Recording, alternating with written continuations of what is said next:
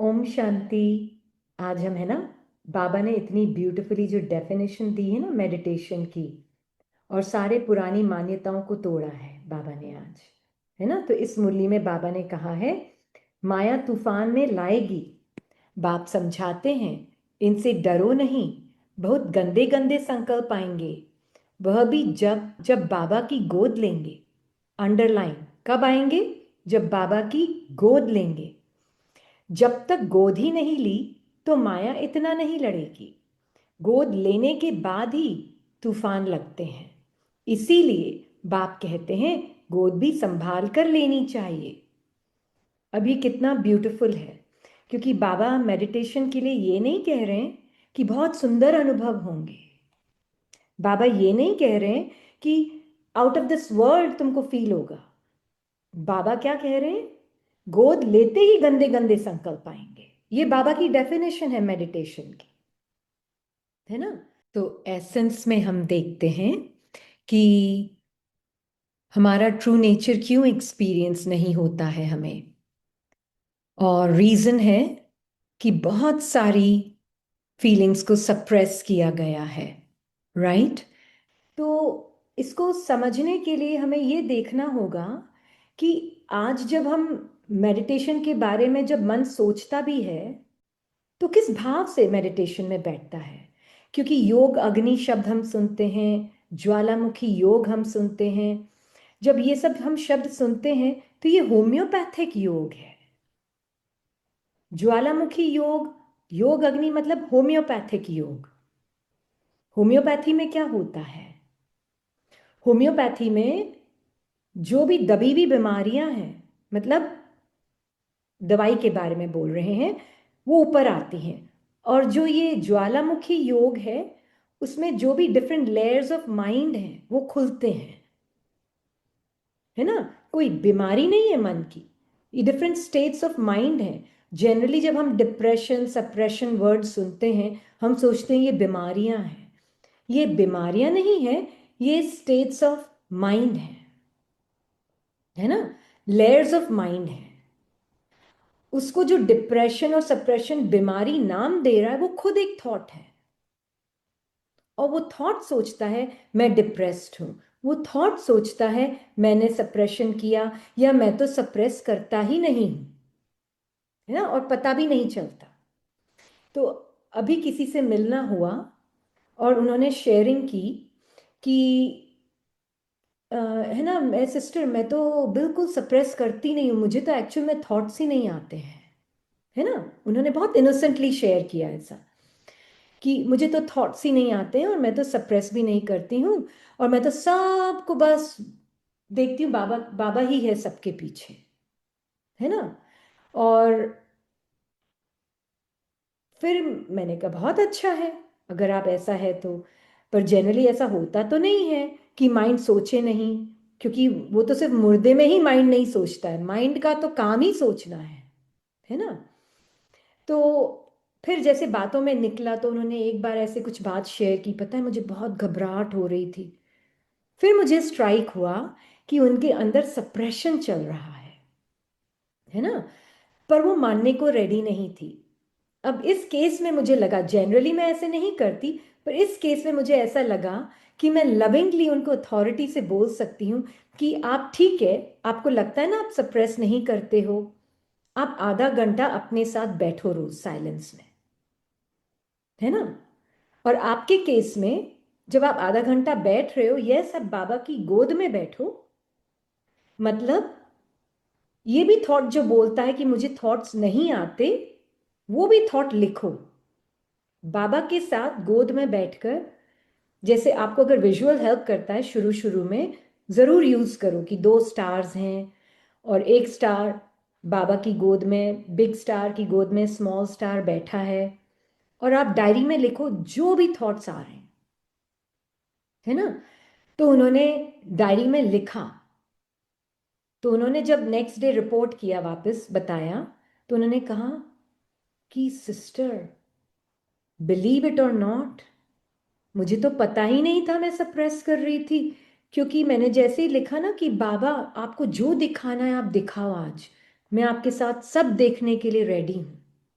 उन्होंने ऐसे बोला बाबा को, ऐसे रिक्वेस्ट की, और वो आधा घंटा बैठी दिन में जब खाली टाइम था उनके पास। तो उन्होंने कहा कि मेरे अंदर से ऐसी कोई दबी हुई 4 साल पुरानी बात सामने आई, और मुझे ये भी दिखा कि कैसे मैंने उस वक्त उस बात को रफा दफा कर दिया, ये बोलकर कि छोड़ो ना, अपने क्या करना, सोचने की जरूरत नहीं है इस बारे में। ऐसे करके मैंने बात को रफा दफा कर दिया था। है ना, बाबा ने बोला है ना, व्यर्थ मत सोचो, समर्थ सोचो। तो उस बात को मैंने ऐसे दबा दिया उस वक्त, और मैंने सोचा बात खत्म हो गई। पर एकदम से फीलिंग आई पेन की और दर्द की, कि उन्होंने हमको कैसे नहीं बुलाया, हम तो उसके बड़े भाई और भाभी हैं, और हमको बुलाया भी नहीं शादी में। ऐसी कोई बात हुई थी उनकी, और वो दर्द अंदर दबा हुआ था, मुझे दिखा ही नहीं।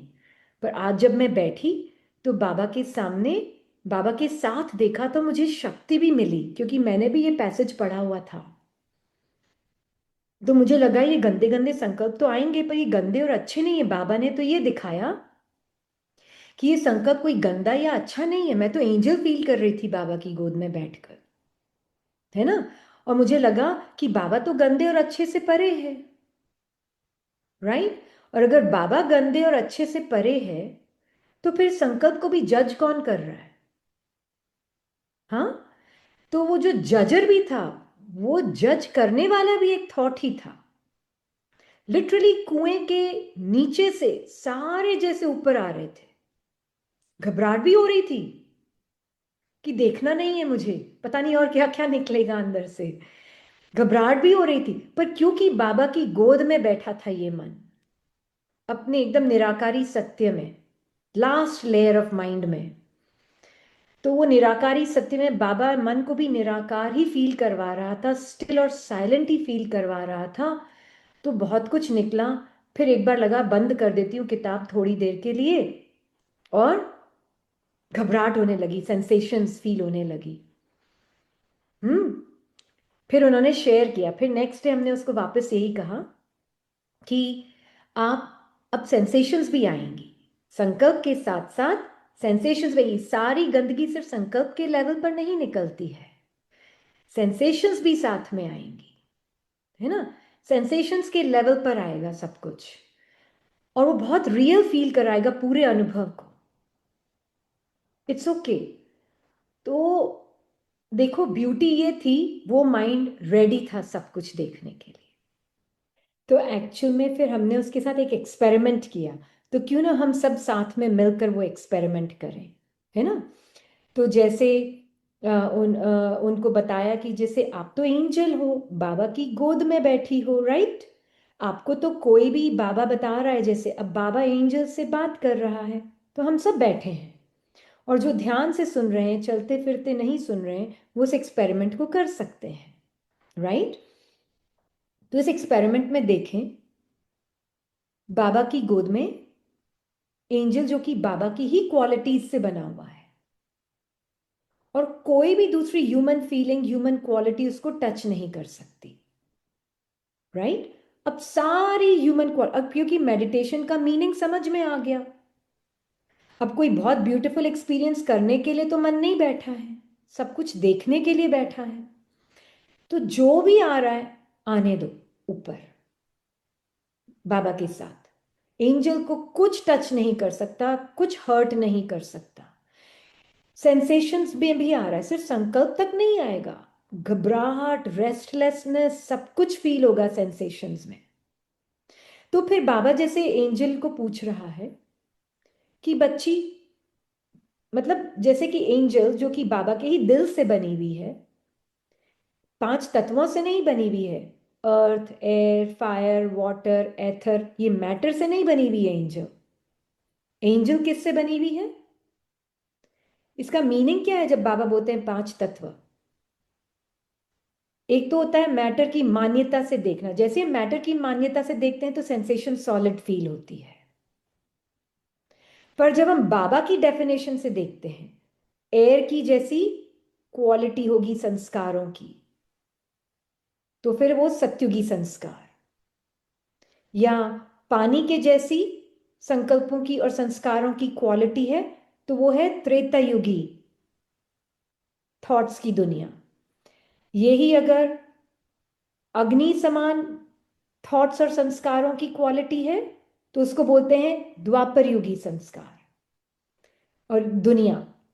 यही अगर हम बोलते हैं कि लोहे समान थॉट्स और संस्कारों की क्वालिटी है तो लोहे की दुनिया, आयरन एज दुनिया।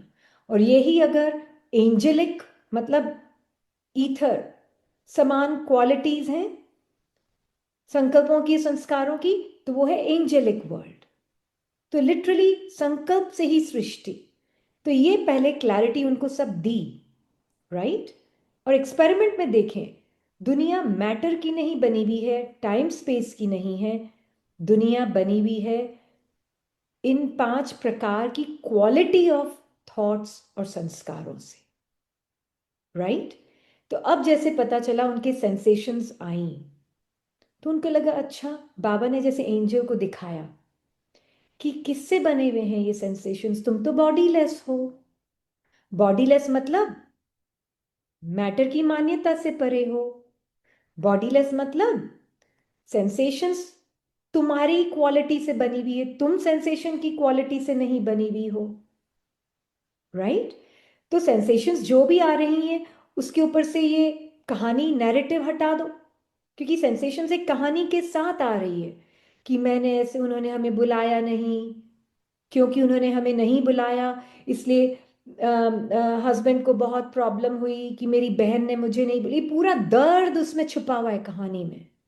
जो सेंसेशंस में, सेंसेशंस नहीं बोल रही है वो कहानी, सेंसेशंस तो न्यूट्रल है, पर वो कहानी मन ने थॉट्स के रूप में ऐड करके उन सेंसेशंस को जैसे कि दर्दनाक सेंसेशन नाम दे दिया, अनप्लेजेंट सेंसेशन नाम देकर उसको एक कहानी बना दी, कुछ है नहीं वहां। इसलिए बाबा ने जैसे एंजल को दिखाया कि तुम बॉडीलेस, मैटर की मान्यता से परे मेरी गोद में बैठी हो, राइट। तो मैटर भी एक वर्ड है, उस शब्द से पहले का सत्य देखो, ether like quality of thoughts और फीलिंग्स से तुम बनी हुई हो हे एंजल, तुम मेरी क्वालिटी से बनी हुई हो, सहन शक्ति तुम्हारा नेचर है, राइट।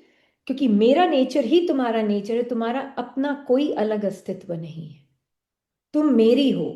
ऐसे करके बाबा ने जैसे एंजल को बोला, तो बाबा ने जैसे कहा तुम मेरी हो एंजल को, है ना। कोई भी human feelings, human thoughts, human emotions तुम्हारे नहीं है और ना तुमको टच कर सकते हैं। तुम्हारा ऑक्सीजन ही मैं हूं, है ना। लिटरली बाबा चलाता है एंजल को और कोई चलाने वाला नहीं है। उसमें जैसे कि सहन शक्ति की भी जो परिभाषा है वो क्लियर हो जाती, क्योंकि जनरली जब हम सहन शक्ति वर्ड सुनते हैं ना, तो सप्रेशन में मैंने देखा है कि सप्रेस करते हैं उसको, बातों को, या तो मेडिटेशन से और या फिर मेडिकेशन से सप्रेशन चलता है, राइट। तो अब जैसे बाबा बता रहे हैं सहन शक्ति मतलब क्या, सर संकल्पों को, फीलिंग्स को, सेंसेशंस को ऊपर आते देखकर मेरा जो सत्य है, जो बाबा की एंजल हूं मैं और कुछ भी मेरा अस्तित्व नहीं है, ये देखने की शक्ति की ये संकल्प मेरा सत्य नहीं है, ये है सहन शक्ति। मेरी प्योरिटी मीन्स जो बाबा की प्योरिटी वो ही एंजल की प्योरिटी है, वो टच नहीं हो सकती, ये है सहन शक्ति, राइट। इस सहन शक्ति से सहनशीलता आती है। मीनिंग क्या हुआ कि मेरी जो प्योरिटी की फीलिंग है कि जो मैं अखंड प्योरिटी हूं वो भंग नहीं हो सकती, वो सत्य अखंड है, वो लिटरली पानी है इन अग्नियों के लिए, राइट। तो ये है योग अग्नि, ये है ज्वालामुखी योग।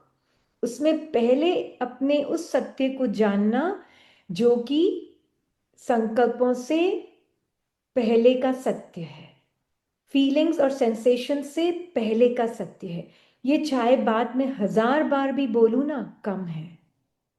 क्योंकि किसी ना किसी थॉट पर आकर रुक जाते हैं और उस थॉट को अपनी आइडेंटिटी बनाकर फिर बाकी सारे थॉट्स को भी देखते हैं। जैसे किसी ने कहा, उन्होंने कहा कभी कभी ये बहुत डिफिकल्ट लगता है मुझे करना, कभी कभी तो सेंसेशंस इतना खींचती है कि मैं अलग हो ही नहीं पाती हूं, मैं पीछे जा ही नहीं पाती। ऐसे भी वो आवाज बोलती है ना। अब देखो कई मन वहां आकर रुक जाते हैं, फिर बोलते मुझे सब दिख रहा है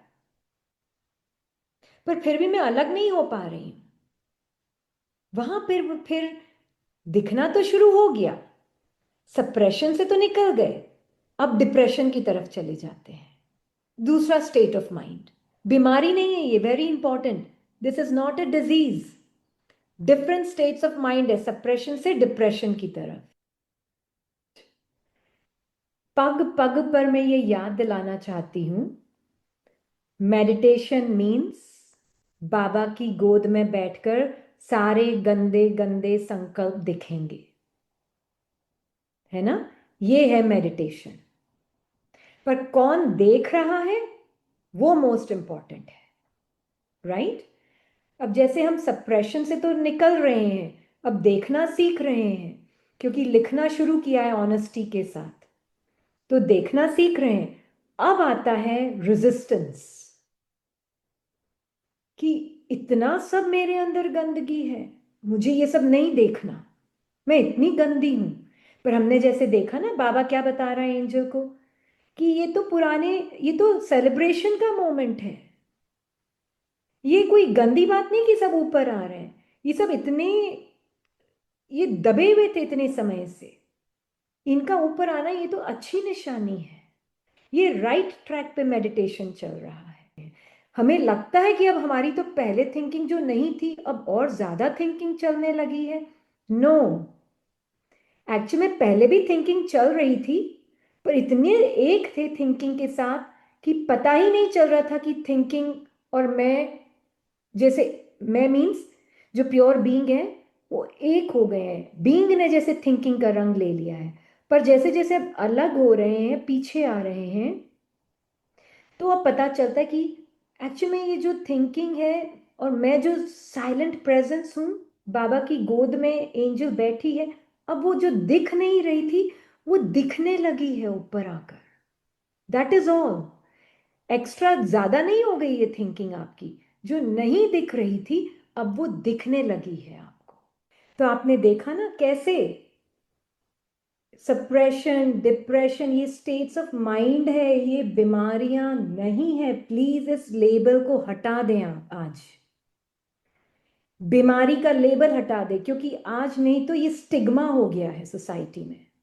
अच्छा डिप्रेशन है, बीमारी है फिर तो, no no no, it's a state of mind. आप माइंड थोड़े ना हो, आप तो माइंड से पहले का सत्य हो। उस सत्य को जानो, साइलेंस हुआ, जो उस ओवर थिंकिंग को भी देख सकता है।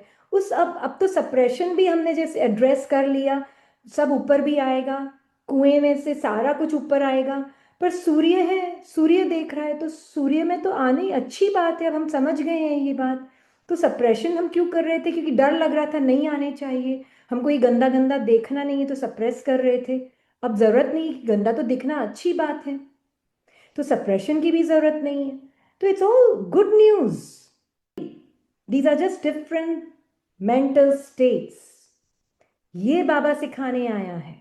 हम अपने संकल्पों में फंसे हुए थे, अब बाबा चला रहा है माइंड को, तब फिर लिटरली रियल मेडिटेशन का मीनिंग क्लियर होता है। And this is true meditation. It is a beautiful experience, जो भी अनुभव आ रहा है करंट सेंसेशन का, करंट फीलिंग का, करंट थॉट का, हम लेबल्स नहीं लगेंगे उसके ऊपर, हम नहीं बोलेंगे अब हम बोलेंगे उसके ऊपर लेबल्स नहीं लगेंगे, क्योंकि लगाने वाला लेबल्स कोई नहीं है उसके ऊपर। गुड बैड अगली ब्यूटिफुल राइट रॉन्ग, कोई है ही नहीं लेबल्स लगाने वाला। Label less, description less, voice less, silent सत्य। तो एसेंस में हम देखते हैं कि हमारा ट्रू नेचर क्यों एक्सपीरियंस नहीं होता है हमें, और रीजन है कि बहुत सारी फीलिंग्स को सप्रेस किया गया है, राइट? जो फीलिंग्स अनकंफर्टेबल लगती हैं, जो इमोशंस हैं जो कि अवॉइड करना चाहता है माइंड, लिटरली देखना नहीं चाहता है, उनको रिप्रेस करना चाहता है ताकि उन्हें फेस नहीं करना पड़े, राइट? तो जब ये सप्रेस्ड फीलिंग्स होती है तो हमें पता ही नहीं चलता कि ये हमारे एक्शंस को कैसे डिक्टेट कर रही हैं, और हम सोचते हैं वजह कोई बाहर है, राइट? पर जैसे जैसे ये सप्रेशन अगर चलता रहता है, क्योंकि कांस्टेंट रेजिस्टेंस है सप्रेशन में, जो भी करंट अनुभव आ रहा है उससे कांस्टेंट रेजिस्टेंस है, बिग नो। ये क्यों आ रही है फीलिंग, ये क्यों आ रहा है थॉट, इसको कैसे भी चेंज करूं, डिस्ट्रैक्ट करके हटाऊं मिटाऊं। ये जो फीलिंग्स है ना सप्रेशन की, अपने करंट अनुभव से जो रिजेक्शन है, उसका रेजिस्टेंस है उससे, और ये बहुत सूक्ष्म में होता है, पता नहीं चलता है, बहुत साइलेंटली बैठा हुआ होता है।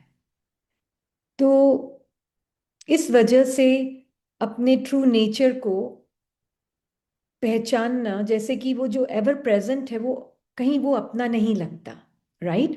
और अगर ये सप्रेशन कंटिन्यू रहता है ओवर टाइम, ये क्रॉनिक सप्रेशन डिप्रेशन में बदल जाता है, राइट? और डिप्रेशन में क्या होता है कि डिप्रेशन में एक ऐसा समय आता है कि हम एक थ्रेशहोल्ड के, ऐसे थ्रेशहोल्ड पर पहुंच जाते हैं, ऐसे सीमा पर पहुंच जाते हैं जहां पे कोई मोटिवेशन नहीं रहता है, और उस डिप्रेशन से बाहर निकालने के लिए अपने आप को बिल्कुल भी इंटरेस्ट नहीं होता है, इतना इनर्शिया हो जाता है, इतना निष्क्रियपन हो जाता है ना? तो वो जो इनर्शिया है, ये जो डीप, ये है ना, इम्पॉसिबल बना देता है अपने ट्रू नेचर को जानना। तो जनरली अगर सफरिंग होती है, माइंड कहीं ना कहीं खुशी ढूंढता है, पर डिप्रेशन में तो खुशी ढूंढने की भी इच्छा नहीं होती है, इतना लो मूड हो जाता है, कांस्टेंट लो मूड, राइट? और उसके लिए बहुत इम्पॉर्टेंट है कि उस वक्त अगर हम देखेंगे ना तो सेल्फ इन्वेस्टिगेशन बिल्कुल भी काम नहीं करेगा उस मोमेंट में, क्योंकि उसमें ये एक इंटरमीडिएरी स्टेप लेना पड़ेगा हमको, एक बीच का स्टेप लेना पड़ेगा। भले ही वो इतना स्पिरिचुअल साउंड नहीं करेगा आपको, मैं आपके साथ जो शेयर करूंगी, बट इंटेंस फिजिकल एक्टिविटी बहुत हेल्पफुल रहेगी। क्यों? ताकि एटलीस्ट एक डिग्री तक उस डिप्रेसिव स्टेट ऑफ माइंड का इफेक्ट कम हो जाए। तो जैसे कि go for a long run, है ना, एक रन, आप भागना दौड़ लगाते हैं ना, गो फॉर अ रन। और या फिर जिम में जाएं, आप इंटेंस फिजिकल एक्सरसाइज करेंगे तो डिप्रेस्ड होना पॉसिबल नहीं है। या एकदम कोल्ड शावर ले लें, योगा एक्सरसाइजेस कर लें, इंटेंस योगा, जो भी फिजिकल बॉडी अलाउ करती है ऑफ कोर्स, या breathing exercises. I know it's not sounding very spiritual, but it's very helpful.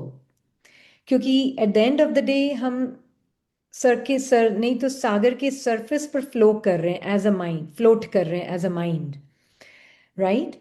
तो डिप्रेशन में ये एक डिग्री ऑफ डिटैचमेंट क्रिएट करता है इमोशंस और फीलिंग्स से, सुपरफिशियली ही चाहे, बट ये एक्टिविटीज एक फ्री अप कर देती है एनर्जी को, है ना, ताकि मेडिटेशन में एंगेज भी हो सके। नहीं तो मेडिटेशन में एंगेज भी होना बहुत मुश्किल होता है। तो उसके लिए ये, इसमें जैसे जैसे ये, अगर आप करेंगे कोई भी इंटेंस फिजिकल एक्सरसाइज, तो उसके बाद आप देखेंगे कि थोड़ा सा मूड अपलिफ्ट होगा, माइंड का मूड। और जैसे माइंड थोड़ा सा अपलिफ्ट होगा तो आपको अपना ट्रू नेचर महसूस होने की मार्जिन और चांसेस मच बेटर है, राइट? तो हम ऑल लेवल्स पर देख रहे हैं इसको, है ना? इससे धीरे धीरे जो सेपरेट पर्सनल आइडेंटिटी है वो भी फीड नहीं होगी, है ना? तो थोड़ा सा एक मोटिवेशन लेकर रियली डू समथिंग फिजिकली। हमको ये भी क्वेश्चन आ सकता है, क्या हम ये बाईपास नहीं कर रहे हैं? बिल्कुल। हम अपने ट्रू नेचर की तरफ जाने के लिए, पीछे की तरफ आने के लिए, ऑन द वे बैक हम थॉट्स, फीलिंग्स, इमोशंस को बाईपास कर रहे हैं। बट एक बार ट्रू नेचर जानेंगे, फिर वापस टर्न अराउंड होकर हम उन्हीं सेम फीलिंग्स, थॉट्स, इमोशंस को फेस करेंगे, but from a position of being that silent presence. तो डिप्रेशन में जैसे सप्रेशन में तो इन्वेस्टिगेशन बहुत अच्छी ब्यूटीफुल टूल है, not to get rid of anything, but ये पता करने के लिए कि क्या सप्रेस किया हुआ है, विद डिटैचमेंट, है ना, विद साक्षीपन, अपने सत्य में रहकर देखने के लिए कि जो भी आ रहा है मेरा सत्य नहीं। पर डिप्रेशन में एक्चुअल में इन्वेस्टिगेशन इतना हेल्पफुल नहीं है। सप्रेशन में, डिप्रेशन में एक बार आपने जब कोई फिजिकल इंटेंस एक्सरसाइज की, उसके बाद माइंड का मूड थोड़ा सा रिलैक्स होता है। उस समय जो भी ऊपर आ रही है feelings, thoughts, emotion, as pure boundless awareness, बाबा जो कि माइंड का एसेंस है, वो प्योर बाउंडलेस अवेयरनेस, जो भी थॉट्स, फीलिंग्स आ रही हैं, really allow them to come up like a mother.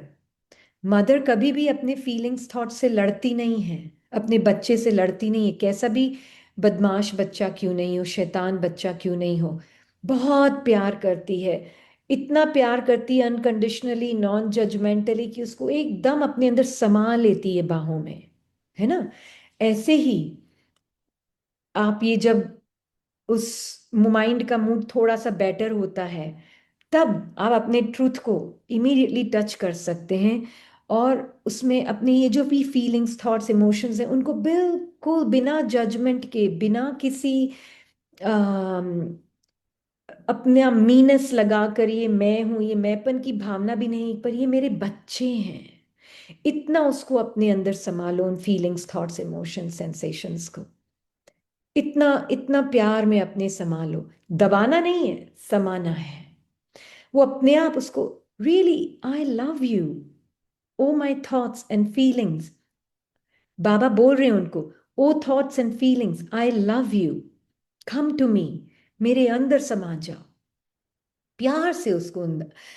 ये नहीं है क्योंकि अभी तक हम कोशिश करते आए हैं कि कोई ना कोई तरीके से उनको हटाने का, मिटाने का। उनको अपने अंदर समाने का मतलब ये नहीं कि वो खत्म हो जाएंगे, एक दिन में बिल्कुल ठीक हो जाएगा, नहीं। अंदर समाने का मतलब है जितना रहना है, जब तक रहना है रहे। मेरा कोई एजेंडा नहीं उन थॉट्स, फीलिंग्स के साथ, इमोशंस के साथ, सेंसेशंस के साथ, क्योंकि मुझे अपना ट्रू नेचर इस स्टेट्स ऑफ माइंड से पहले का पता है, डिप्रेसिव और सप्रेसिव स्टेट्स ऑफ माइंड से पहले का सत्य पता है ना? तो ये हम देखते हैं कि अगर इस तरीके से, इतनी ब्यूटीफुल समझदारी से अगर हम कोऑपरेट करते हैं, ऑफ कोर्स अगर मेडिकल हेल्प सीख करने की ज़रूरत है तो ज़रूर करें, पर साथ ही साथ हम कोऑपरेट भी कर सकते हैं इस तरीके से।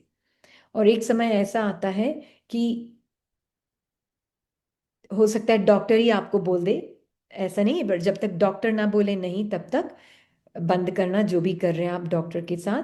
पर एक समय ऐसा आएगा डॉक्टर भी बोल सकता है आपको ज़रूरत नहीं है, डॉक्टर बोल सकता है आपको ज़रूरत नहीं है अब मेरी। हम्म। बट आपको कोऑपरेट करना होगा, जैसे हमने भी बताया वैसे, है ना? तो अगर आप अपने लिए ये करेंगे, बिलीव इट और नॉट, आप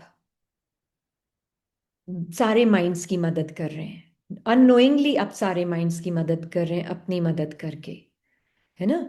and this is world service, self service is world service. ठीक है? तो Wish you all the best and thank you very much. Om Shanti.